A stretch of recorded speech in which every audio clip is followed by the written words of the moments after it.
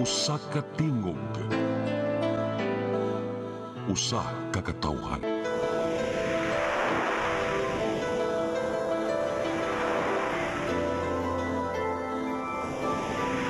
Cebu Catholic Television Network.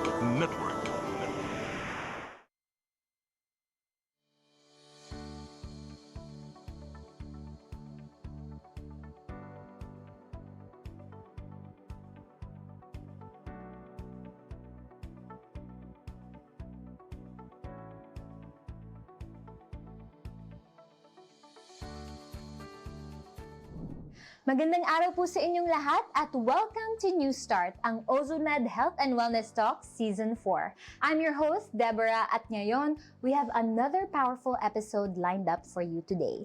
Kung first time ninyong manood, welcome to the family. At kung balik na nanonood po kayo, salamat po sa inyong tiwala. Before anything else, please follow us on our social media para lagi kayong updated sa aming latest episode, Health Tips at Wellness Content. At kung gusto nyo ng personal na maranasan ang OzoMed Wellness Care, bisitahin nyo po ang aming mga clinic branches na malapit sa inyo para simulan ang inyong wellness journey. Okay, let's get into today's episode. Mga taga Visayas at Mindanao at kayong mga nanonood via online, maayong adlaw. Kini nga programa dili lang para sa may sakit, hasta nasabda to mga walay sakit ug dili pod gusto nga magkasakit. Dili lang pud ni sa mga naay edad ha kamo mga batanon nga nagtan-aw karon, amo ning giandam ninyo nga programa para makakuha mo og pagtulunan nga angay gyud ninyo ibahagi o inyong i-share sa inyong mga kapamilya.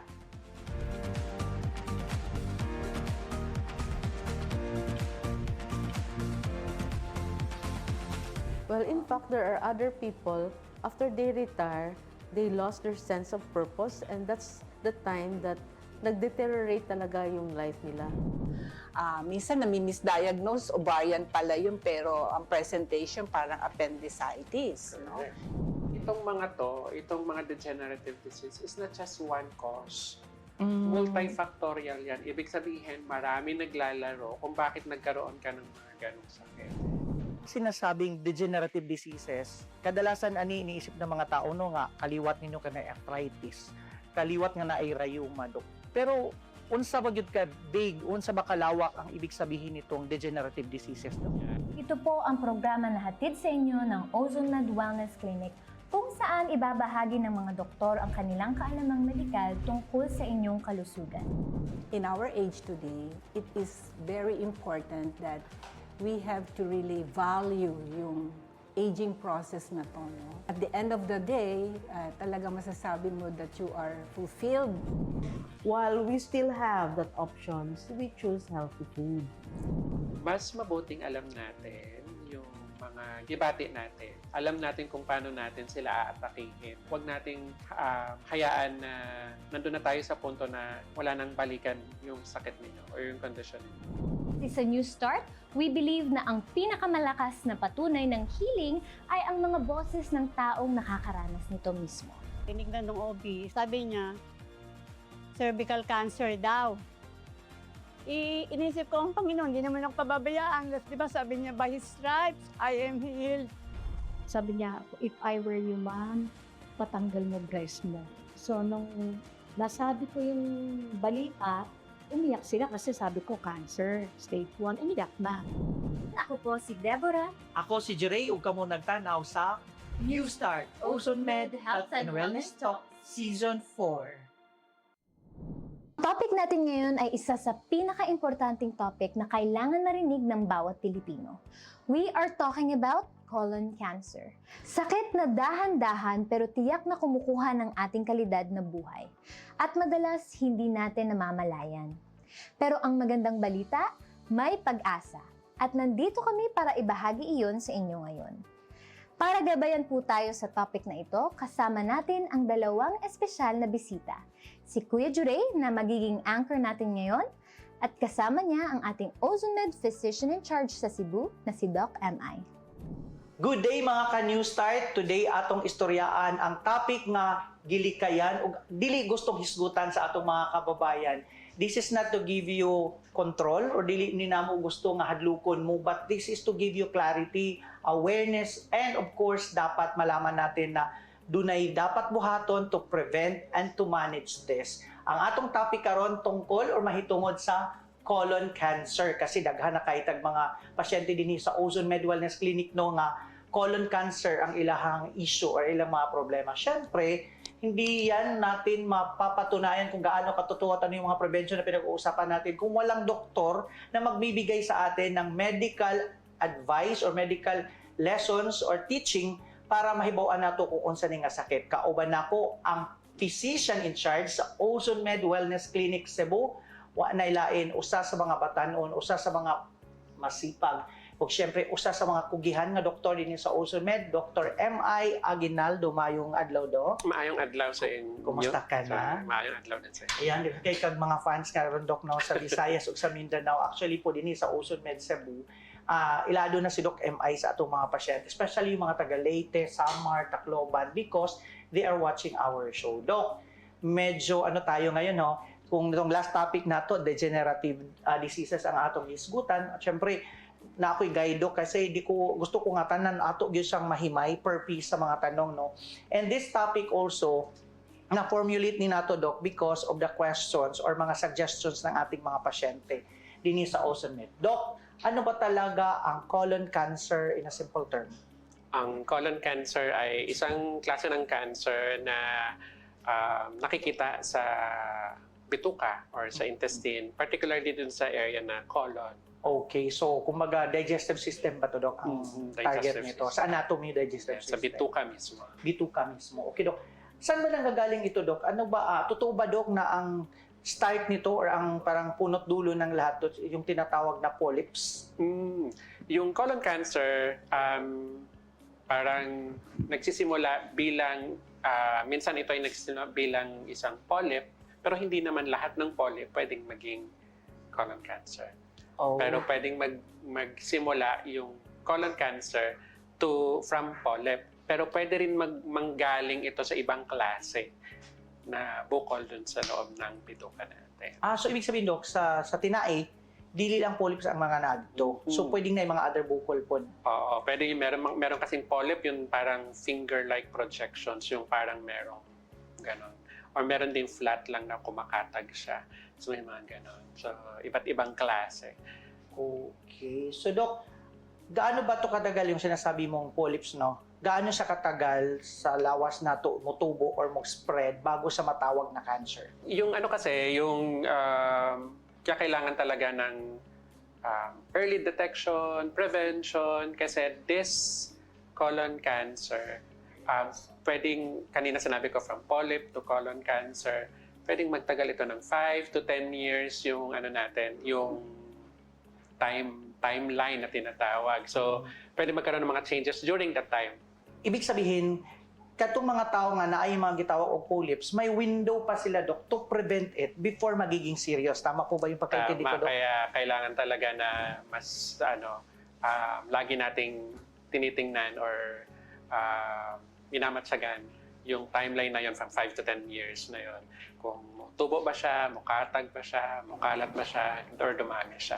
Kaya yun yung magandang timeline to prevent and avoid yung pagkaroon ng colon cancer. So may monitoring pala talaga Doc, no? Yes. Hindi lang basta-basta na may polyps ka, sige, di pa naman mutubo na dayon. So, Binabantayan talaga na. okay Doc. Gaano ba ka-common ang Doc, ang colon cancer dito sa Philippines? Sa Pilipinas, yung colorectal cancer, yung colorectal means yung colon plus yung rectum sa part ng bituka ay usually mga fourth yan sa listahan na common na cancer sa Pilipinas natin. So, kailangan talaga binabantayan natin yan siya.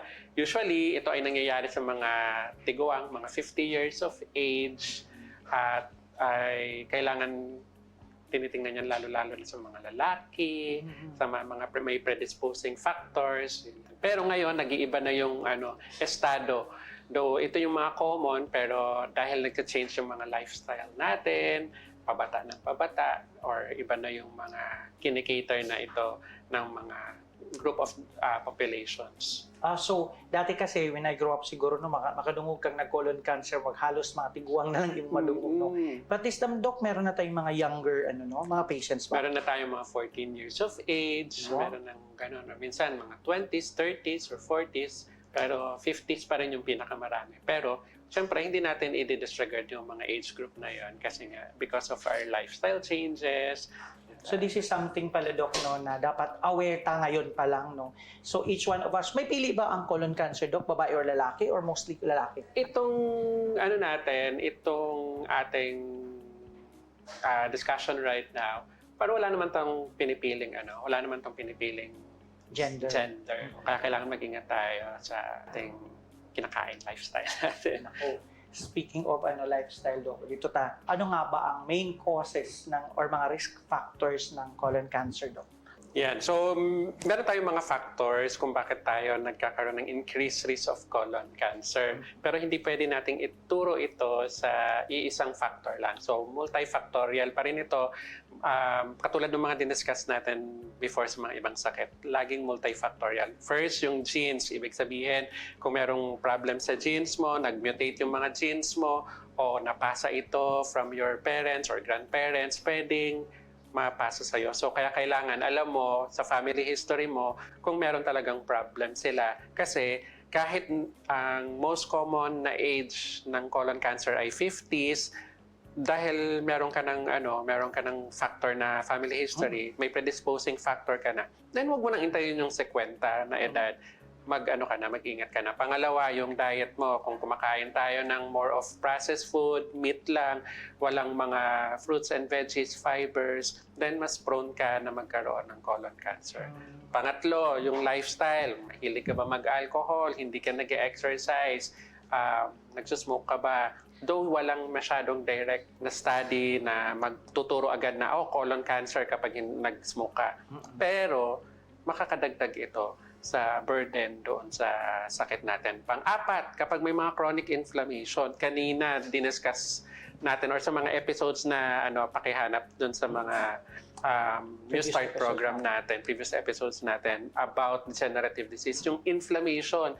Okay yung inflammation, pero kapag nagdugay siya, tumagal siya, pwedeng magkaroon na ng injury, pwedeng magkaroon na ng ibang mga sakit or concerns doon sa organ or system na tinidiscuss natin katulad nun sa colon. So, chronic inflammation, pwedeng magkaroon ng problem sa absorption, digestion, injury doon sa colon natin, which could result to colon cancer. So, yun yung mga naglalaro na factors para magkaroon ng colon cancer. Okay. So, sa diniscuss ni Doc, parang masulod na po ang role ng lifestyle, Doc. Yes. Yung healthy lifestyle and of course yung diet, Doc. So, himayin nga natin, lifestyle, Doc, of what? Lifestyle ng kaon, syempre yung diet ng kaon, lifestyle yung iba kasi ng mga batanon, Doc, abi kay batanon, abusado na, no? Especially kaon ng kaon. Speaking of kaon, dito na tayo, kaya naano ta sa Visayas, na sa Cebu. Yung mga Doc, mga anisangyop ang di ihaw-ihaw. Yes, pwede. Kasi siya, again, yung too much meat din kasi parang ang hirap naman nun i-digest and yung process na yon kung paano yun prepare. Minsan mga burnt na yung mga mga meat. Yung mga binabarbecues, yung mga carcinogenic na yung mga na yon, mga nandun nakapatong na yon sa meat, mga sunog-sunog. Pwede yon makakos. Kailangan kasi yung kinakain natin na kailangan natin sa katawan, ma-absorb yon. At the same time, yung mga excess or hindi kailangan ng katawan, matanggal agad yon. Pero kung hindi, nakastagnant siya doon dahil hindi nga tayo kumakain ng maayos, hindi tayo kumakain ng mga fiber para matanggal yon, then magiging stagnant doon. Tapos pangit pa yung content na yon, like yung too much meat or too much carcinogens, pwede ma-absorb yan doon. Mga ginabot, Doc. Siyempre wala man tagadaot o mga businesses ka, but nasa ato na as consumer. In moderate lang. Oo, na pag kumakain ka, hindi po yung halos naman everyday na rin, may present yung mga ganun. Everyday, 3 times a day. Yun, 3 times a day. So, possibly pala, Doc, speaking of that, lifestyle and diet pa rin sa discuss nato about degenerative diseases, Doc. Na yung mga kids natin, pwede din pala yung lifestyle ng paghatag nila sa food or yung mga inom nila that could lead them sa pagdako nila to colon cancer. Pwede yun, Dok. Yeah, indirectly. Yun, kasi lifestyle, how you eat mula pagkabata, kung paano yung kontrolin ng magulang mo, paano yun maging habit mo, then hanggang pagtanda, yun na rin. Marami ng mga bata ngayon, hindi na sila sanay kumain ng gulay. Yeah, yun nga ang Nakikita ko ngayon yung mga Gen Zs, hindi na sila kumakain ng gulay kasi hindi nila nakasanayan. Kasi yung mga parents nila busy na. So, instant na lahat. Instant na lahat. Processed na lahat. Fast food na lang lahat. So, makikita natin, hindi sila pinagbawalan. Kaso nga lang, yun na lang yung easy access sa kanila. So, yun na yung nakasanayan nila, habit nila. Yun na yung culture sa kanilang bahay.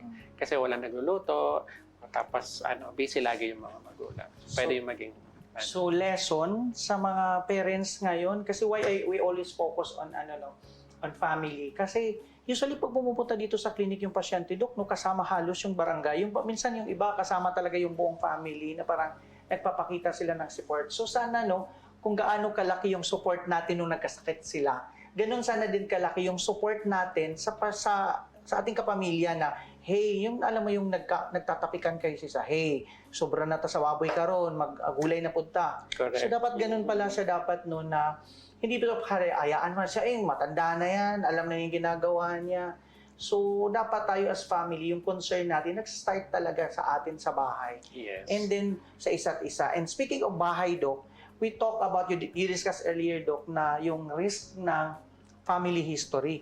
Kasi meron ako mga kakilala, Doc, yung family, kumbaga, yung generation na kanilang great-grandparents, yung mga lolo sa lolo, na ay colon cancer. Pero yung mga generation ng kanilang lolo, parents, wala. Pero itong generation na ganito meron. So, pwede din ganun, Doc? Pwede. Meron mga, again, pwedeng maging Maputol ka dito. maputol siya kadyot, carrier lang siya, may ganon. Meron ding nakita agad sa next na kin, pwedeng ganun po yan. Or pwedeng masyadong mahina yung yung mutation, hindi nakita, pero dun sa susunod, dahil yung parehong parents meron palang nakatago or carrier sila, pwedeng magkaroon ng gano'n. So, dako kayo risk po di Doc, kung meron ka ng history, yung generational history ng family Yes. ng colon cancer. Pero Doc, di ba hindi lang naman sa colon cancer din yung kung ganyan, may mga cancer din talaga na generational na as early as dapat nababantayan. Especially, tama yung sinabi mo kanina, Doc, kung meron ka ng history sa family, dapat the more ka na watchful. Di ba, the more na nag-usapan nga natin sa degenerative, yung reversible saka irreversible, So, dapat tayo pa lang alam natin na namatay si ganito, namatay si lolo na may colon cancer, kung magpapakita yan ng mga symptoms or mga warnings, dapat na-alarm na tayo na nigawas na sa atong kaliwat karon na generation. So, kasi sinasabi po ni Doc, parang multifactorial, yung factorial, ito meaning lifestyle, genetics, plus habit that all plays sa sakit na yan. Yes. So, dapat talaga siya, babantayan mo yung factors na yan para hindi lang bito ka na magmata na lang ka sa kaadlaw, wala na. Kasi Correct. naanagyod, bugat. And also, kung hindi mo alam yung history nung parents mo or nung lolo-lola mo, siguro it's better na ngayon, dahil ikaw na yung parent, nanonood sa atin, ikaw na yung parent, why not isulat mo na yun siya? O kaya ikwento mo na yun siya sa mga anak mo. Minsan tinatago rin ng parents. Okay nga, oo nga. So para sa mga anak nila, anak ng anak nila, alam nila na may history sila para maagapan agad. Hindi yung parang naguhula sila lagi. Kaya pag annual exam, tinatanong kasi yan, annual exam or pre-employment or any consultation, meron ba kayong family history? Usually, sinasagot nila, hindi ko alam. Wala po, hindi ko alam. Baka wala, ganon. Pero, kasi meron tayong pasyente, Doc, sa sa Davao. Sasabi niya, wala talaga akong maisip mula sa parents ko, sa senior na to ha. Pero disaan niya Doc, na-discover, yung ig-agaw niya, considering senior na siya, yung ig-agaw niya sa father side, hindi sa mother side. So, tinitingnan niya yung mother side, wala daw. So, meron pala. Talaga kasi from the same root ng family. So yun, di ba, doon niya na-realize na kaya pala ako nagka-colon cancer. Kasi nga pala sa other side, which is hindi din niya kilala. Ang kilala niya yung mother side. And So, baka, ito rin importante na kailangan magpa-check up. Kasi paano mo malalaman na meron kang history or yung parents mo, kunwari ikaw yung grandparent, paano mo malalaman na meron kang colon cancer or any sakit na pwedeng mapasa sa mga anak mo kung hindi mo alam at hindi diagnose. So mahirap namang sabihin mo na meron akong diabetes, pwedeng ma-transfer sa mga apo, hindi ka naman nagpapa-check up. Kaya Laging haka-haka. go So, back ta sa yun, yung regular Yes, check up mo. correct. Talaga yun. Speaking of this, Doc, yung sinasabi mo kung hindi ka magpapa-check up, what are those early warning signs, Doc, na pwede nilang bantayan? Or para aware lang tayo, no, siguro sa mga nagtanaw karon na naana di ay ninin yun mga warning signs. Ano po yun, Doc? ano siya, hindi pa rin siya specific. Pwedeng maraming ibang sakit ang naglalaro kapag merong ganitong simptomas. Pero pag meron na kayong ganito, pwede ka magpa-check up para ma-detect talaga at ma-diagnose ng maayos. So una, kapag merong dugo sa sa dumi. So maraming pwedeng sakit again, hindi ibig sabihin na may dugo sa dumi, agad, cancer agad. Pwedeng hemorrhoids lang, pwedeng ganon. So, pa-check up pag merong mga dugo sa dumi natin. Pangalawa, kapag merong pagbabago sa bowel habits, kunwari dati everyday ka na dumudumi, tapos biglang parang 1 week na lang or 2 weeks na lang ako nagdudumi. Okay. Biglang ganon. Pero minsan, nagka-question sila, meron din silang na Doc, every 3 days lang ako dumudumi. Baka meron akong cancer. Kailan ka ba nag-start na ganyan? Dati pa hanggang nung bata pa? Hindi yon. Kasi normal hanggang 3 days pa yan. So kung ganun talaga yung habit mo, yun talaga. Pero pag may bigla ang pagbabago, pwedeng mag-isip tayo na magpapacheck up ako. Baka lang na ito ay colon cancer. Pwede rin na nagda-diarrhea. Biglang puro na lang ako basa ng diarrhea. Sobrang daghan kaayo. Pwedeng yon, iisipin natin na colon cancer. Pangatlo, kapag medyo lumiliit yung dumi natin, di ba, medyo bulky yan siya. Okay. Tapos medyo numinipis. O minsan parang parang kambing na lang yung bilog-bilog na lang, parang milk tea na lang siya. Parang sa commercial. Ayun mga reels. Yan, parang na lang, kambing. O kaya manipis na lang. Dati malalaki siya, ngayon na lang talaga, manipis. Ang hirap ng ilabas. Baka yun, nahaharangan na. Yun medyo progressive. Nahaharangan na yung labasan ng dumi. Medyo lumiliit na. Kapag medyo sumasakit na yun siya, may bloatedness na, may hangin na, laging may kabag. O kaya parang medyo may masakit. Though vague yung simptomas na ito, ay pwedeng patingin natin. Baka i-rule out na baka may colon cancer. Panglima, kapag laging hapo, pagod, o kaya biglang nagbago yung timbang mo. Yun, masyado lumiit ka na, pumayat ka na. So, ayun, pwedeng i-consider yun na merong problem. Generally, tapos i-rule out lang kung merong colon cancer. Ayan, malinaw. Klaro pa sa tanang klaro yung mga binigay ni Doc na mga signs, no, mga warning signs natin. Doc, hadlock ba or delikado ba kung wala ka ani nga symptoms? Pero, una, naka-history sa family. Pangalawa, nagka-symptoms ka prior, lumabas nitong mga warning signs na to, like few months ago, nawala. So, hadlock ba? Kanina sinabi niyo po na hindi natin kailangan manakot. Okay. Kailangan lang may clarity. Kailangan lang abtikrata. Hindi ibig sabihin nung binanggit ko kanina ng mga simptomas, cancer na ito. Maraming pwedeng maglarong diagnosis. Kaya kailangan mo ng tulong ng doktor para ma-diagnose ito. Hindi rin minsan may mga hindi ka nararamdaman. Pero incidentally, sa annual exam, biglang meron pala. May mga pasyente tayong ganun, Dok, no? Sa annual exams nakikita yung problem talaga. May mga ganun. Wala silang simptomas. Minsan, biglaan. Minsan, dugay rin siya lumugawas. Diyan ang papasok, Dok, na hindi ka pwedeng mag-skip ng mga ganyan, di ba? Meron ta sa mga annual physical exams na mag-skip ka ng stool exams, di ba? Ayoko, mauwang ko. Rectal exam. Oo, mauwaw ka malibang, kay ito sa opisina, kay ano man, kaya nang na-examine. Mas maayo gito nun, Dok. Ayoko kasi lalaki ako, may papasok sa puwetan ko.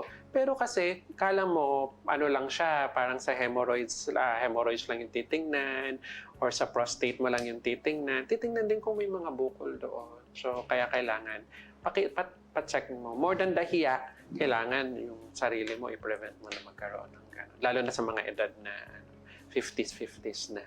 Okay. And especially, kung may kaliwat ka na. Kung may So, kaliwat ka na. hindi porket wala kang nararamdaman, Dok, safe ka na. Especially kung family story about about this cancer, no. So, dito naman tayo, Doc, sa screening, no. Ano bang best way to detect colon cancer?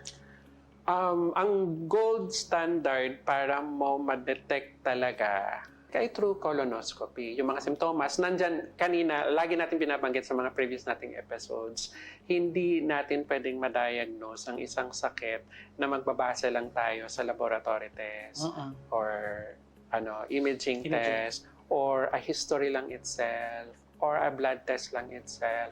Kailangan tulong-tulong yan sila. So, isa sa mga malaking chance na pwede natin ma-detect yung colon cancer at ma-diagnose natin ay through colonoscopy. Yung colonoscopy, meron siyang parang tubo na may camera. Tapos titingnan dun ipapasok yun sa puwetan, tapos titingnan yung looban niya. Pero again, kailangan merong history, physical exam, and the diagnostic test, which is the colonoscopy. So, yeah. Masakit ba yun, Doc? Yung colonoscopy? Hindi na. May mga anesthesia naman para makatulog ka. Minsan hindi mo naman yun mararamdaman. Madalas hindi mo naman yun mararamdaman. Ang colonoscopy rin ay isang way rin para ito ay for treatment or for prevention. Kasi kanina, di ba, nabanggit natin na 5 to 10 or 5 to 15 years yung para mag-grow yung polyp to a cancer. Pero again, hindi lahat ng polyp naging cancer. So titingnan yan may certain timeline si Doc. Tingnan natin through colonoscopy kung nagbabago ba yung polyp, dumadami ba yung polyp, yung flat na mass, kakalat ba yun siya. So titingnan nila yan. And during the colonoscopy, meron pa yung papasok doon, nandun din sa tubo, na pwede nilang kunin. Okay. Sa colonoscopy, Doc, so pwede nang putulin kung may makitang polyp? Po, pwede yung ganon, diagnostic or prevention. Pwedeng kukunin yon tapos kukuha ng konting sample, or pwedeng kunin na lang talaga lahat. Yan. Tapos babiopsy nila yan, titingnan nila ano kaya itong mass na ito. Okay. So, ibig sabihin, colonoscopy is not just diagnostic, preventive din siya. Yes, pa. Ang galing na ng technology natin ngayon, no? So, dapat hindi tayo matakot na pag in-advise tayo ng doktor ng ganito, go na natin. Hindi yung hintayin pang, ilang Dok, okay pa yan, baka madala pa yan sa gamot-gamot. Malayo to sa bituka. Oo, nasa bituka na nga, di ba? Malayo sa bituka. Okay, minsan kasi din talaga, Doc, no? Pag hindi talaga yung, parang between life and death na yung sakit, hindi pa nagdugo. Hindi pa nahirapan huminga. So pwede din po, Doc, na kahit meron ng colon cancer, mahirapan ka rin huminga. May ganung Hindi naman din. Kasi pero kung nagbe-bleeding na, may mga anemia na siya. So pwedeng may loss na siya ng blood. Ayun, nakakaroon na siya ng problem with distribution of oxygen sa katawan. Doc, ito isingit ko lang, nagpapap lang sa mind ko. Yung anong tawag nun? Hemorrhoid? Pwede ba siyang magka-cause ng colon cancer, Doc? Hemorrhoid kasi parang meron siyang, merong Almoranas ba yun? Almoranas. Meron siyang merong lumaking part doon. Sa intestine, sa rectal. Pero malapit doon sa entrance or sa exit. Pero underneath it, merong mga blood vessels. Yun yung nakaka-cause ng hemorrhoids. Hindi siya buccal talaga. Because of, ang cancer kasi, may something, may parang foreign. Merong nag-transform yung cells mo. Okay. Nag-transform yung cells mo. Yung hemorrhoids, walang transformation na nangyari. Meron lang weak or meron lang nag-bulge yung veins, kaya nagkaroon ng hemorrhoids. Pero walang nagbago doon sa mga cells na nandun sa area. Ang hemorrhoid yun, Doc, may bleeding din yun sometimes. Pwede kapag nagagasgasan siya. Pero ano yun? Nagagamot naman, Doc? Nagagamot siya, depende sa grado or severity. Through surgery or through ointment, depende again sa severity. Mas pinalawak ni Doc yung ating kaalaman, no? Kasi meron din akong mga kakilala din, Doc, na pag sinabi nila, bakit may colon cancer? Kasi nagka-almoranas kasi yan.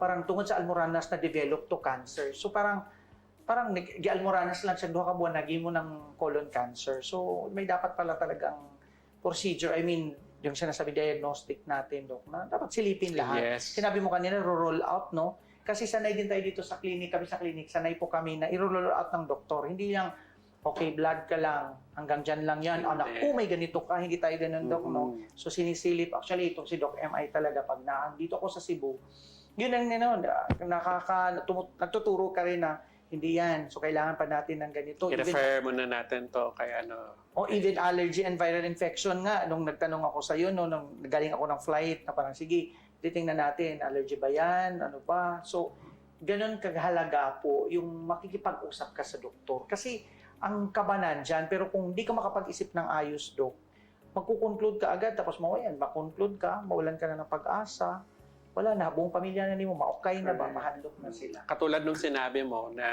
surgery na almoranas ito colon cancer kasi siguro kinorelate niya ito sa nagdugo yung diba? Ay isa sa mga simptomas natin merong Bleeding. dugo, may bleeding sa pupo niya. So baka kinurelate niya sa bleeding ay almoranas lang tapos so hindi pala. Kaya kailangan magpa-check up talaga para ma-rule in, rule out, talagang diagnose talaga with that. Saka huwag ka mag-doktor-doktoran. Kasi minsan doktor-doktoran talaga, especially yung pamilya, no? Parang napagdaanan ko na yun. So always ask for professional guidance ng mga doktor.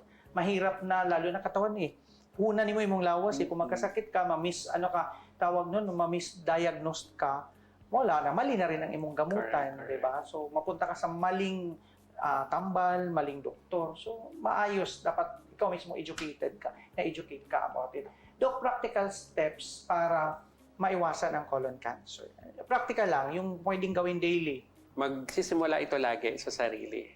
So, kailangan una, kumain ng maayos, yung mga risk factors. Tingnan natin yung mga risk factors na pwede natin galawin. Yung sa genes natin, hindi natin magagalaw yan. Hindi natin mamomodify yon. So, ang pwede nating mamodify yung diet natin. High fiber diet, kumain ng gulay at prutas, iwas dun sa smoking, alcohol na makakadagdag ng burden dun sa colon natin. Yung mga processed foods, kailangan tingnan natin yung yung pagpupo natin, kailangan regular. Tapos exercise, walking, lalo na ngayon mas makakatipid tayo. So walking tayo kasi para gumalaw rin yung natin, bituka natin, pati yung mga alcohol. Tinuturo natin yan sa New Start program.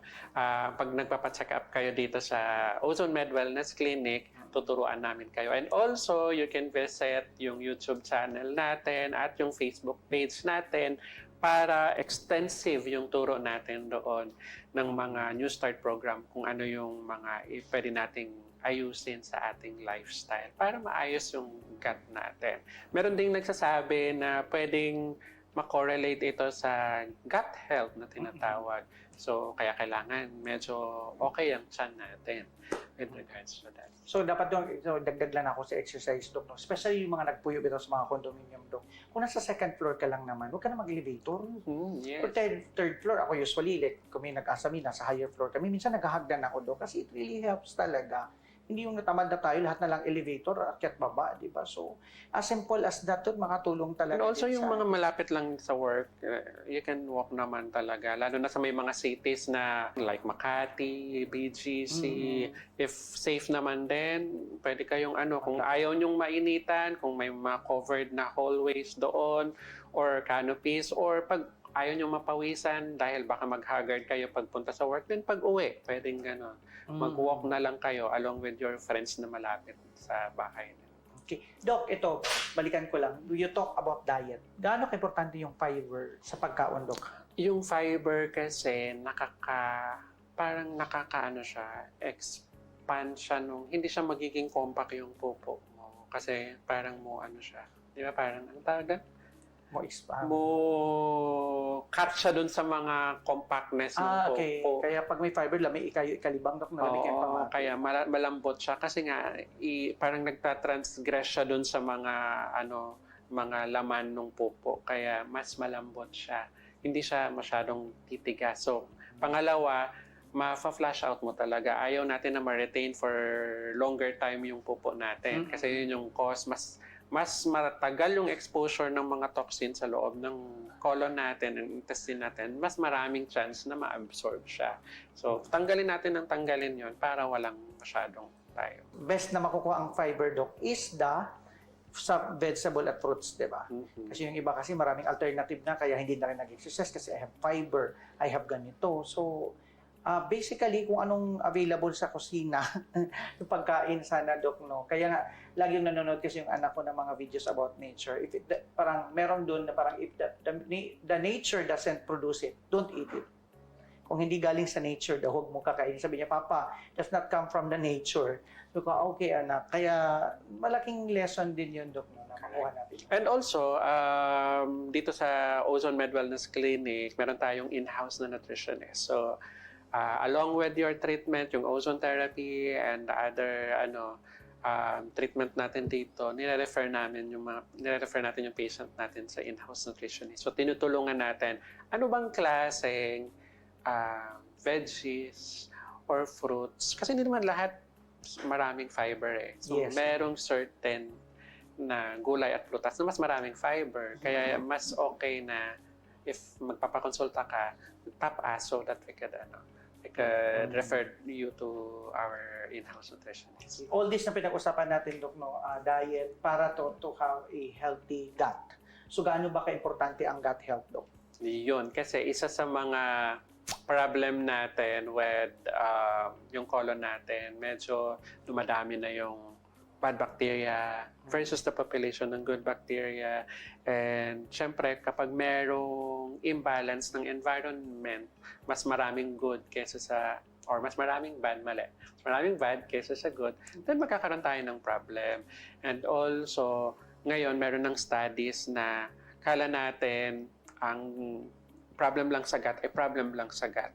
Meron ng axis na tinatawag sa gut and the neurons, gut and other organ systems na hindi digestive, may mga ganun na. So, pati yung moods natin, because of yung gut natin, may mga ganun. Kaya kailangan okay yung gut natin. Meron ako narinig, gut leak, leaky gut. Leaky May ganun, gut. Doc, no, na term. So, ano naman ang role ng prebiotic at probiotic with this gut health na pinag-usapan, Doc? Yung probiotic ay yun yung bacteria, the good bacteria. Yung prebiotic, syempre kailangan natin may supply tayo ng good bacteria. Yung the population of that bacteria. Pero kailangan mabuhay din yun. Parang tayo, tao. Sige, supply ako ng maraming tao dito sa city na to. Pero mamamatay lang din sila kasi wala ka silang kakainin. So we need the prebiotic. The prebiotic, siya yung pagkain para man magstay longer yung bacteria. Magstay, mabuhay naman yung bacteria like yung mga thin leafy veggies. Ayun, dun papasok si fiber pa rin. Siya yung magiging pagkain ng bacteria na yun. And other fruits and veggies na yun. O may mga other sources. Ma-recall sa mind ka ron, ng mga pagkain na makakatulong for that. Ano yung mga sinabi mo, Doc, may mga probiotic, may pagkain na may mga probiotic na, di ba? Yes. Ang alam ko kasi Greek yogurt. Ayun. Yung atsara ba? May probiotic? Yung mga parang pickled or parang binuro. Yung meron sila. Kimchi. Mga kombucha. Meron Yung kombucha. So, meron talaga silang mga ganun, Doc. Ang ganda na. Greek yogurt. Pero iwas-iwas lang din tayo. Meron syempre commercialized masyado na bacteria in the food like the probiotic. Na tingnan nyo rin yung calories, sobrang tamis na lang din. So, medyo iwas-iwas tayo sa masyadong matamis. Parang asa na ba talaga yung benefit, the risk and the benefit, medyo i-weigh in natin yun siya. Tsaka may mga probiotic, Doc, sinasabing candy, probiotic na juice, na alam mo naman siguro kung sinasabi nilang 5 billion na pero alam naman natin siguro, Doc, na in the process nawawala na rin yun kasi naaarawan, naiinitan, na uulan. More of branding na lang ba ito?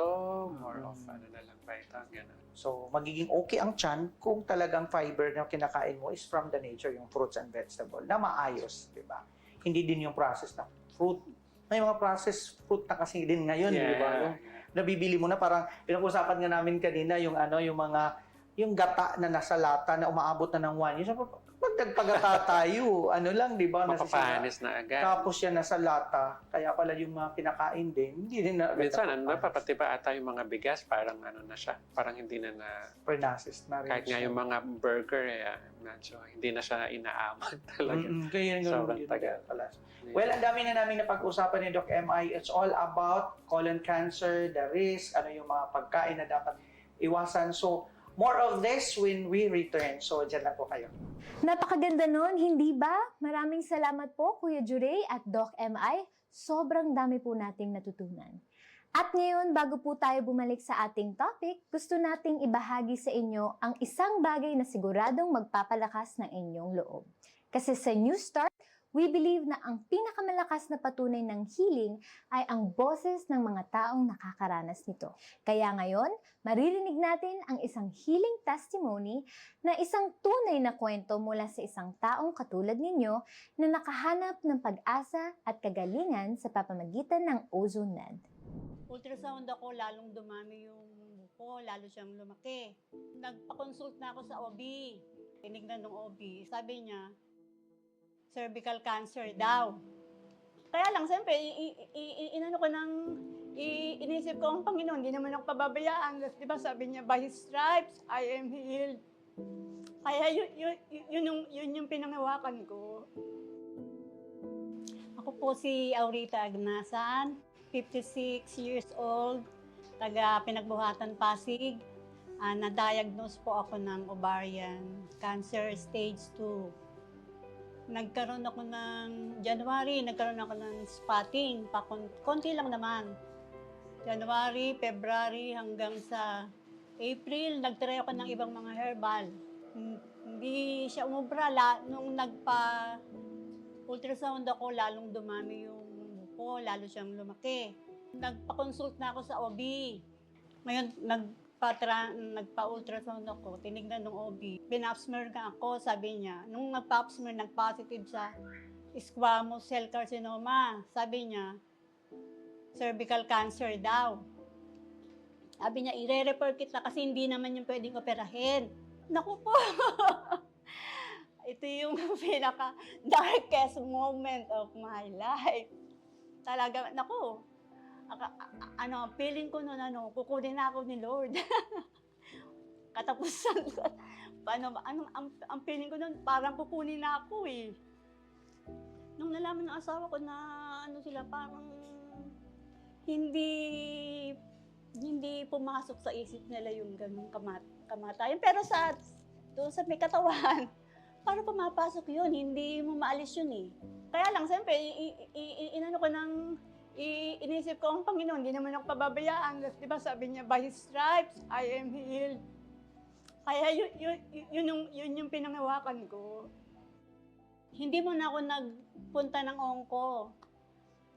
Kasi nagbabrowse na ako lagi nun sa Facebook. Nung nakita ko nga yung ozone, na mayroon pa palang choice na iba pang gamutan na po pwede sa akin. Kaya tinry ko yung ozone. Pero pinapanood ko na yon, mga cancer nag-ozone, nilalagyan ng mga ganon. Inalam ko na, tinawagan ko yung Angono branch. Nakausap ko si Ma'am Jessica. Nung araw na yun, maagang-maaga nga ako nagpunta. Tapos yun nga, inano sa akin ni doktora na purpose. Hanggang sa tuloy-tuloy na. Tapos nung naka 4 months na ako nun eh, nagpa-consult tuloy ako sa nagpunta na ako ng onko. Inaiin niya ako. Sabi niya, ulitin mo ulit ultrasound. Kasi gusto niya makita yung mga kulani, mga nodules. Kasi wala siya makita kasing nodules. Kaya nagtataka din siya. Di pinaulit ko uli dun sa kaibigan niyang sonologist. Tapos yun nga, nakita niya uli. Wala talagang mga nodules na hinahanap niya, wala. Sabi niya, pwede kita operahan. Operahan na lang kita. Kaya nung narinig kong pwede na ako operahan, pwede ako operahan, o sige, Dok, sige, operahan kita. Teka lang, hindi pa ngayon. Magpaano ka muna, clearance. Hindi naman agad-agad na pwede kita operahan. Magpa-clearance ka muna. At yun nga, nagpa-clearance ako. Nung na-operahan na ako, After 1 month, bumalik uli ako dito. Pero sinabi sa akin ng ongko ko na kailangan mong magpa-chemo. Sabi ko, Dok, ayaw ko pong magpa-chemo. Sabi niya, Mrs. Agnasan, need mong magpa-chemo kasi bata ka pa naman, kayang-kaya mo yan. Walang mangyayari sa'yo. Walang side effect yan o ano naman, hindi ka Dok, bakit yung, isip ko lang, bakit yung mga napapanood ko, unang salang pa lang ng chemo, tsaka pangalawa, nanlalambot na. Naku, Dok, di ko kakayanin yung hilo nga lang, mahina na ako eh. Yung pa kayong hindi ka makakain. Naku po naman. Tapos makikita mo, malalagas ang buhok mo. Eh, di ba, crowning glory ng babae ang buhok niya. Wag ilaga. Kaya sabi ko, Dok, sige, pag-iisipan ko na lang.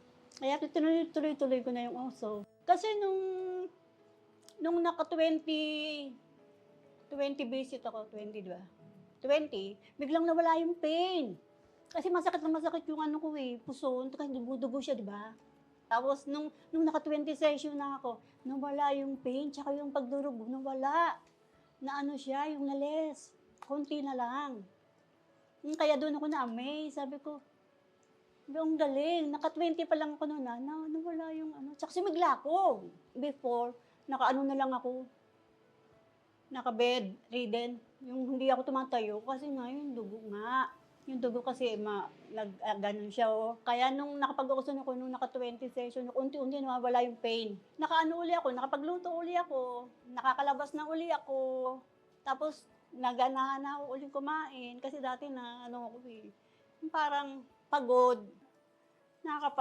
Kilos-kilos ako, nakapunta ako ng tindahan, nakapaglakad-lakad ako sa labas. Kaya yun yung pinangawakan ko. Siyempre, at saka yung sa tulong ng oso din, di ba? At saka natural to eh.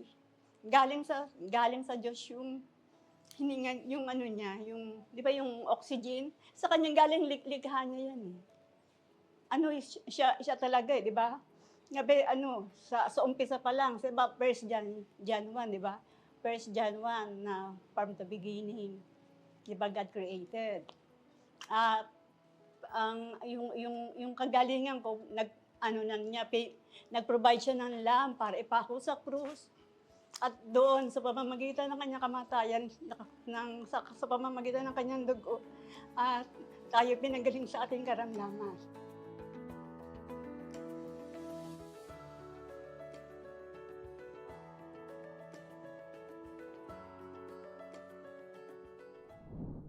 Nakaka-inspire, hindi ba? That is the OzoMed difference. Real people, real healing, and real hope. Kanina sinimulan na ni Doc MI ang ating napag-aralan tungkol sa colon cancer. At ngayon, we will go even deeper. Part 2 na mga kaibigan at dito tayo mas magiging specific. So pakinggan natin ng mabuti dahil ang impormasyong ito ay para sa inyong kalusugan at sa inyong mga mahal sa buhay. Ibalik natin si Kuya Juray kasama si Doc MI para sa ikalawang bahagi ng ating topic. Kuya Juray and Doc MI, the floor is yours. We are back and ganiha atong gistugutan ang colon cancer, mga risk sa colon cancer, kung anong dapat buhaton, mga diagnosis, mga prevention. O syempre napag-usapan din nato ang mga pagkaon, lifestyle, daghan na. So palihog lang kung mo nagtan-aw karon i-share ni sa mga tao nga nagkinahanglan aning nga topic. So again, colon cancer ang pinag-usapan. Of course, with Doc MI Aguinaldo, ang atong physician in charge dinhi sa OzoMed Wellness Clinic sa Cebu. So Doc, dito na tayo. Kasi kusog dinhi sa OzoMed Cebu, marami tayong mga walk-in patients nagtatanong kung naabot na dinhi colon cleansing or colon therapy something. So Doc, explain to me, ano ba itong colon cleansing na hinahanap nila? Ayan. So I don't have the exact definition, baka kasi iba yung hinahanap talaga nila, parang binibigyan lang nila ng term. Pero sa aking pagkakaintindi, yung colon cleansing ay nililinis niya yung colon natin. Natanggal niya yung mga nasa loob na yon. So I don't know yung process, siguro meron ako nakita nasa machine, lalagyan ng tubo, tapos tatanggalin yung pupo, tapos gano'n, gagamitan ng tubig, ifa-flush mo yung nasa loob na yan para mawala yung mga pupo na yan. So ayun yung base doon sa sa pagkakaintindi ko. Kailangan ba talaga to, Dok? Para sa akin, hindi. Kasi kaya naman ng colon natin, kaya ng intestine natin na mawala yun. Yun talaga yung function niya, kaya ngayon nilagay para tanggalin talaga yung mga dumi. Wala siyang ibang, isa yung primary function na ginawa ng Panginoon. Na yun talaga, Okay. natanggalin niya yung mga dumi sa katawan natin, yung mga kinain natin, tatanggalin niya. I-absorb niya yung kailangan, yung mga ilabas na yung hindi kailangan. Ang nagiging problem lang, kapag with the colon cleansing, di ba winawash mo yan ng winawash? So, nagkakaroon ng imbalances dun sa kailangan matira na good bacteria, bad bacteria. Okay. Kasi pwedeng mawala pala, Dok, no? Oo. Tapos doon sa intestine kasi natin, may mga parts din doon na kailangan mag-absorb ng mga electrolytes ba, nutrients ba, at mag-release, mag-secrete papunta doon sa colon, palabas ng colon natin from the body. Ang nangyayari, pag nililinis natin yun, nasisira yung yung function na yun. So, pwedeng magkaroon ng electrolyte imbalance, magkaroon ng mga ganong problem. So our body pala, Dok, God created our body with own natural cleansing system. Yes. Galing, no? Ganun siya. May sarili talaga. Kaya naman talaga ng ating digestive system for that process. So, medyo may risk din pala to, Dok, no? And also infection din kapag pag syempre dahil nga tinatanggalan nga natin ng mga population doon na dapat bantay doon sa mga infection. Kasi kung logic lang din ang pag-uusapan, 'di ba yung madumi yan, kaya nga dumi-dumi. So yung dumi, madumi. Pero hindi tayo nagkakaroon ng problem, hindi tayo nagkakaroon ng infection because merong nagbabantay rin dyan. So kung tatanggalin mo rin sila, lilinisin mo masyado yung Masama pa sila. sasama, edi wala na magbabantay para magkaroon ng against the infection. So pwede magkaroon. Okay. And speaking of that, no, kung sasabi natin na medyo may risk din pala siya. But dito sa ozone, Dok, aside sa ozone therapy, meron pa tayong tinatawag na rectal insufflation. Ano ba tong rectal insufflation na binibigay natin sa mga pasyente natin with Yung colon rectal cancer? insufflation, ito yung nagpapasok tayo ng ozone molecules doon sa rectum, sa daanan ng pupo natin. Ang ilalagay natin ay certain amount lang, and it would not cause dysregulation of the electrolytes. We will not really cleanse or clean the colon, pero we will infuse it with yung ozone natin. So para lang ma-absorb yung mga ozone para pumunta sa system natin. So aside sa ozone therapy natin na pwedeng makatulong sa ating mga colon cancer patients, this rectal insufflation. So sa mga nanonood sa atin ngayon dito sa New Start, if you want to visit us sa ating mga Ozone Med Wellness clinics, we offer that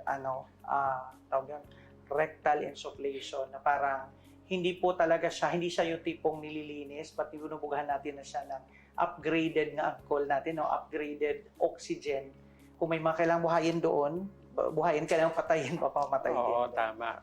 Hindi kasi parang your question was, ano yung colon cleansing? And then what's the insufflation? Parang you compare it, pero you don't compare the apples with the oranges kasi magkaiba naman sila ng function. Kanina pa lang nabanggit natin what's colon cleansing. Iba yung ginagawa doon with ozone therapy. Nag-infuse tayo para pumunta sa systemic natin. And yung colon cleansing, it's more of yung area lang na yun. Tapos iba pa yung mga na-dysregulate niya na function ng colons natin. Okay, so Dok, ito lang, this rectal insufflation is a replacement medical treatment for colon cancer. No.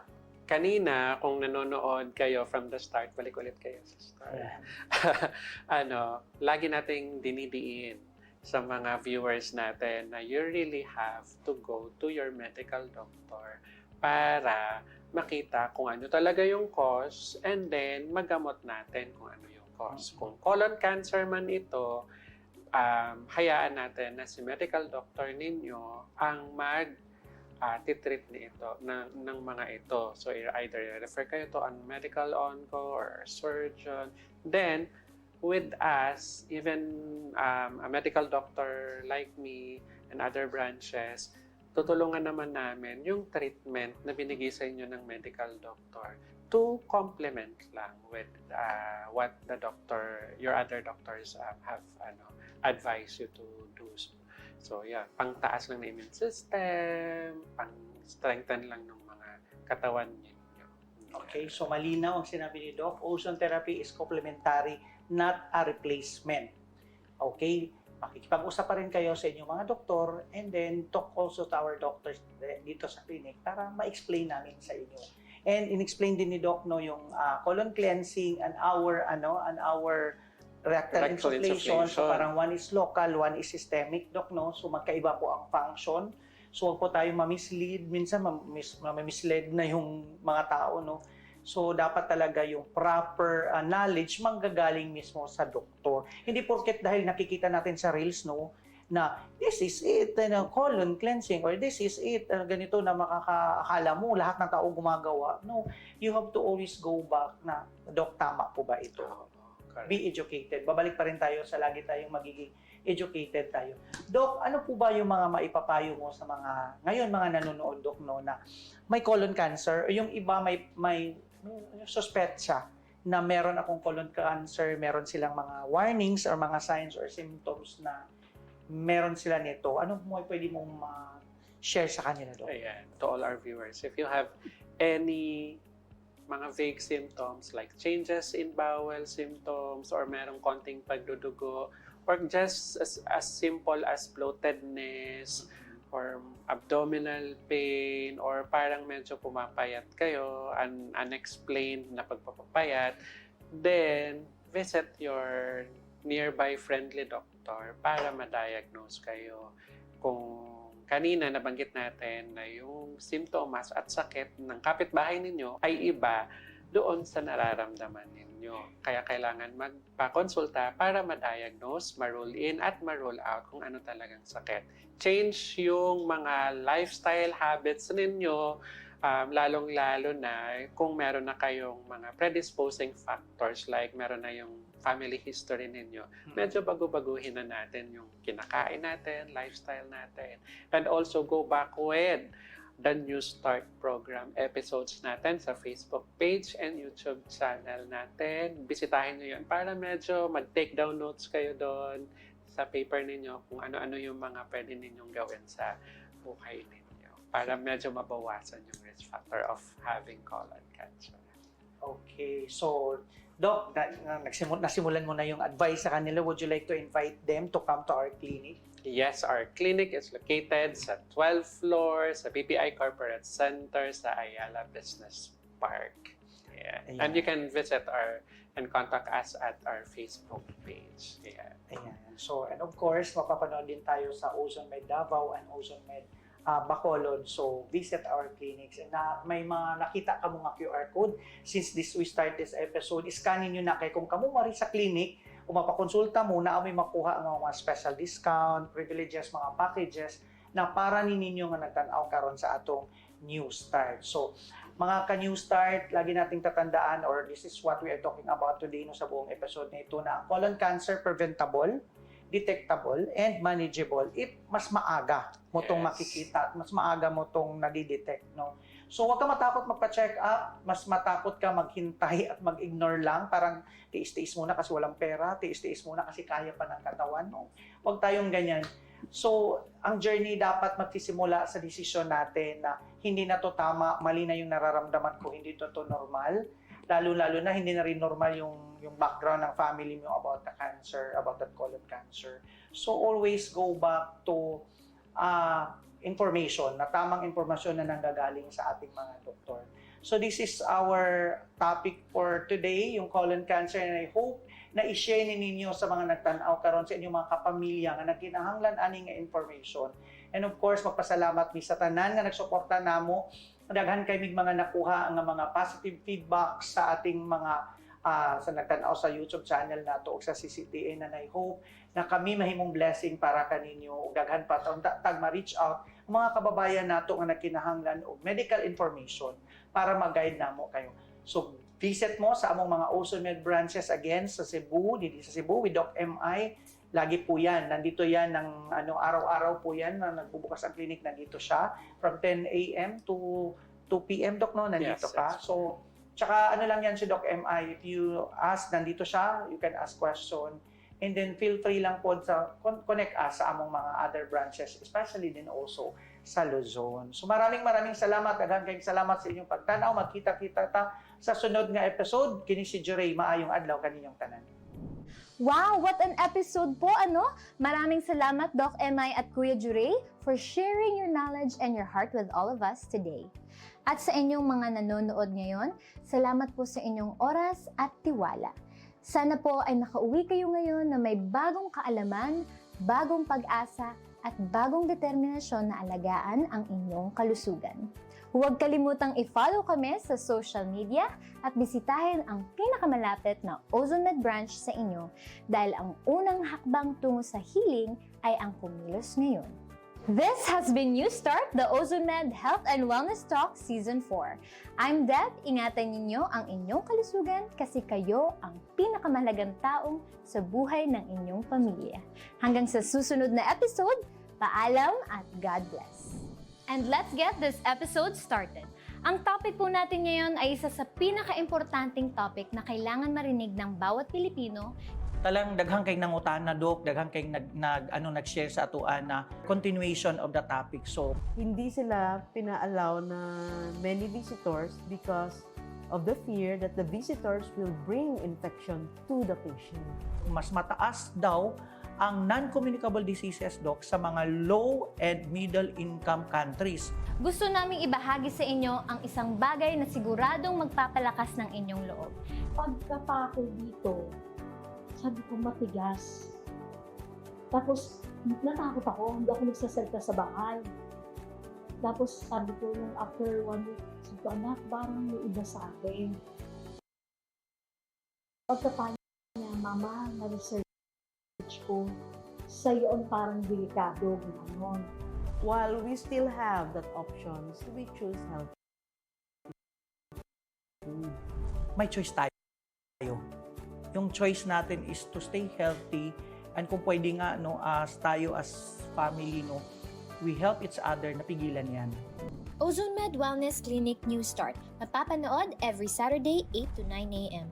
Og ang replay airing matag Miyerkules 1:00 hangtod 2:00 sa hapon. Dinhi lang sa CCTN Channel 47.